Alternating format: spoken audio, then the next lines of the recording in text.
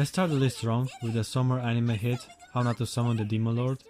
Now, when it first came out, people went crazy after it, until 4th or 5th episode kicked in and the hype slowly died off.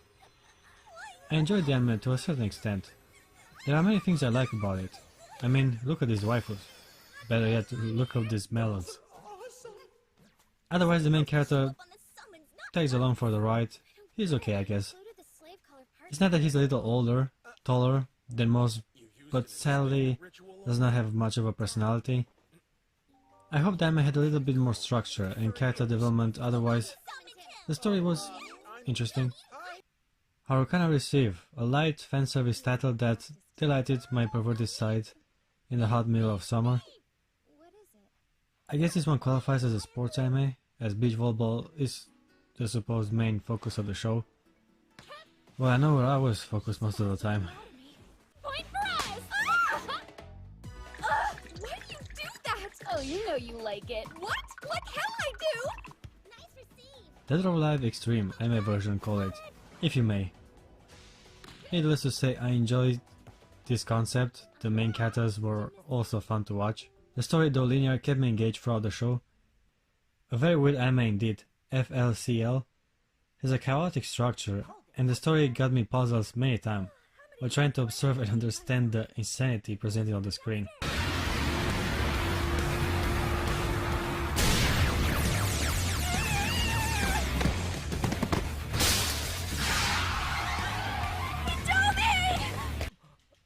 I do like the characters though, their personalities have numerous opportunities to shine. Also, this anime's concept managed to captivate me for a while.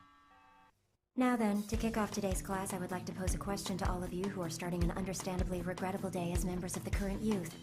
Not having clear and distinct answers for any question and feeling fulfilled by jerking your animalistic sexual urges, that is the only life you know as youth.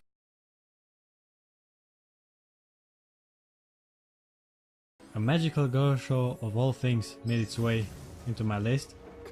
Not the best example of its genre, but still interesting enough to watch. They tried to have a more serious dramatic approach, tackling heavy subjects like suicide, depression and revenge.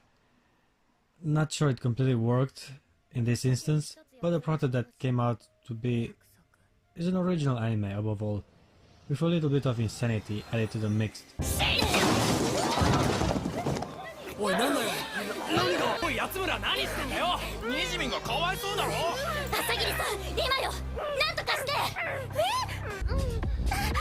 ニジミン、ごめんなさい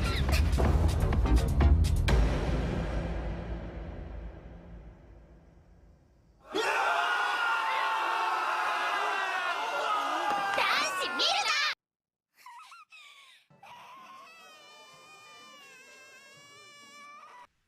Every year, the anime industry blesses us with a couple of new entries in the harem genre. Death March to Pala World is the first representative that's on the list. Gotta say, the show is pretty standard, from the overused cliché of being teleported to a game world, to the rather boring main character, with little to no personality. But who am I kidding? The reason I like this anime is because of the females orbiting the protagonist. Forgive me, my name's Xena. I'm 17 and I'm a military mage on retainer of Count Seriu. I'm not yet married. No boyfriend either. Where I come from, that's called TMI. Talking about harem, let's get the next one on the list right away. Conception is an anime with a suspicious title. I mean, intercourse is implied, and to a certain extent even presented on the screen. Our main character has only one way to help this other world he's been teleported to, which is to impregnate 12 zodiac maidens and create an army of obedient children to help him in his adventures. A conservative man wet dream. Let me get more serious for the next one. The anime would be one of those Oscar bait titles, if it was a movie, but instead we get a show that succeeds in presenting human emotions and inner struggles in a fairly original way. The power of words, whether spoken or written, is tastefully presented in the show, as we follow our female saber look-alike protagonist in her journey of handling grief and reintegration in society.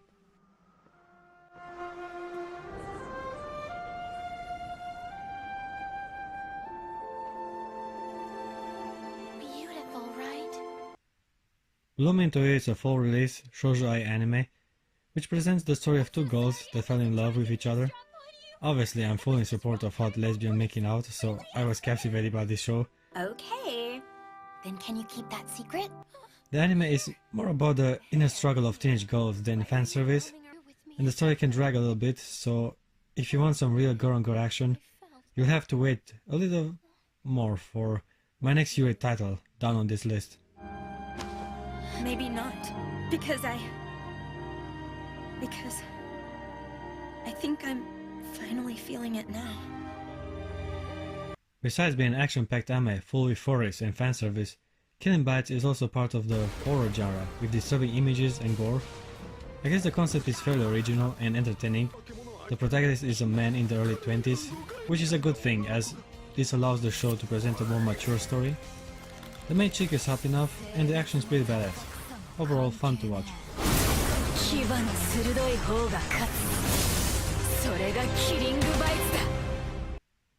Full Metal Panic Invisible Victory. This is the third season of the early 2000s successful Full Metal Panic franchise. That's right. A long time ago. Kinda weird we get a new installment more than a decade later. Better late than never, I guess. I like the other titles in the series, the best one being the comedy spin-off Fumofu. This title did also manage to captivate my attention and deliver a worthy continuation to a well-executed show. Being on the topic of third seasons, let's have a look at SAO Alice. It definitely feels more like a reboot than follow-up, as we get introduced to a brand new virtual world with an even younger looking creator. Events occur even slower than usual in this season. Maybe it's all just a build-up to some badass action later on, but as of now, I will place this anime a little lower on the list, as I've anticipated. Oh boy, was I glad for this title. Lately, I've been pleasantly surprised with an unexpected Senra Kagura comeback. Mostly known for its video game counterpart, Senra Kagura, it's all about plot, like big plot, and fanservice. Characters, although stereotypical, are easy on the eye and definitely pleasurable to watch. The action is as cool as it can be. Combine that with an ironically decent story, and we get ourselves a damn good anime.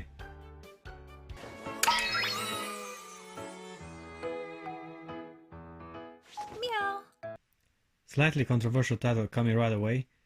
Goblin Slayer is a popular anime release of late this year that has already enjoyed a fair amount of success. I think it is pretty impressive so far. The main character is a badass. I really like the way he plans out his battles. He's more or less hunting than fighting goblins.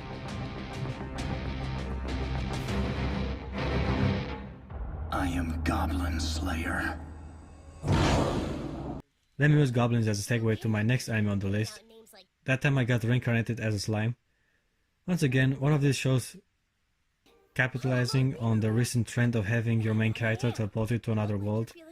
This time the protagonist beats the record, being in his late 30s, without penetrating a woman's castle. I'm just your average 37-year-old man. There's one thing missing. I'm kinda lacking in the girlfriend department. By lacking, I mean I've never had one at all. Ever. Okay. The clothing problem. He quickly gets reincarnated as a pile of liquid jelly, and overpowers his enemies with his intelligence and easily acquired skills. Not that I'm complaining necessarily. Time for that girl-on-girl action I've been teasing before. Citrus brings the heavy guns on the Yuri genre, with plenty of fan service, girls making out, incest and lesbian violence. Obviously I was interested in the title right as it came out, and I am happy to report that this show does a decent job in trying to make a good Yuri anime. I'm just wondering, should I get my hopes up? Forget her. You're my big sister.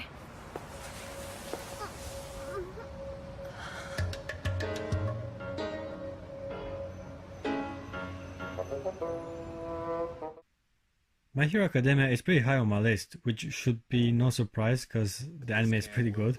I mean, it's not gonna be the next big ongoing shonen or anything, However, but the show is pretty solid overall.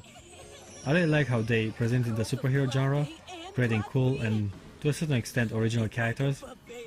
Not to mention the protagonist is likable throughout all the seasons so far. Yeah, it's definitely close, huh? So close! Disclaimer: Tokyo Ghoul 3rd and 4th season, Overlord, 7 Deadly Sins, Attack on Titan 3rd season are very successful and popular releases of this year. Sadly, I wasn't interested in these shows, but I recognize that they should have been on the list, very close to the top. Darling in the Friend X6. This anime came out of nowhere. It certainly was a great addition to my collection. The show is a mecha which kinda is a dying genre in the industry. The action, the robots, the story weren't exactly what kept me watching the show, but rather the two hotties orbiting the main character. 02 is wild, dangerous, and so hot. Immediately added her to my waifu collection. Otherwise, we have a diverse cast of half male, half female characters, which seem damn right innovative in a fanservice heavy anime. Really encourage you to watch this one. It is one of those special gems that brings something new to the table. Let me get a taste of you. After all, you are now my darling!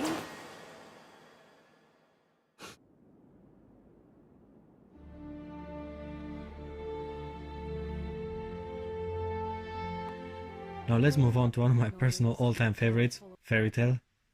Now there's legit criticism regarding the anime, but I'm willing to oversee its flaws in favor of its comedy and interesting characters. Needless to say, I was hyped for this final season, and man, I was not disappointed. From the few episodes that are out at this moment, I can see Fairy Tail lost none of its spirit.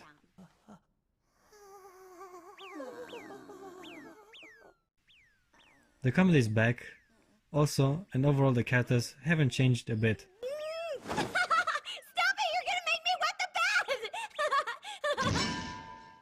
bed! Hands off while I'm in bed, got it? Now this anime is really something. Yuno of the Haunted Hot Springs was the title that impressed me the most this year. From the awesome art style to the amazing and well-developed characters, this new addition to the harem genre solidifies its place damn near at the top of my list.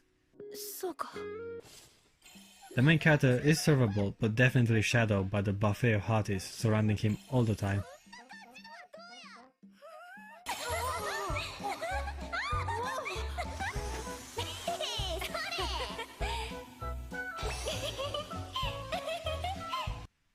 I guess this should come out as no surprise. High School DxD Hero is this year's personal top recommendation.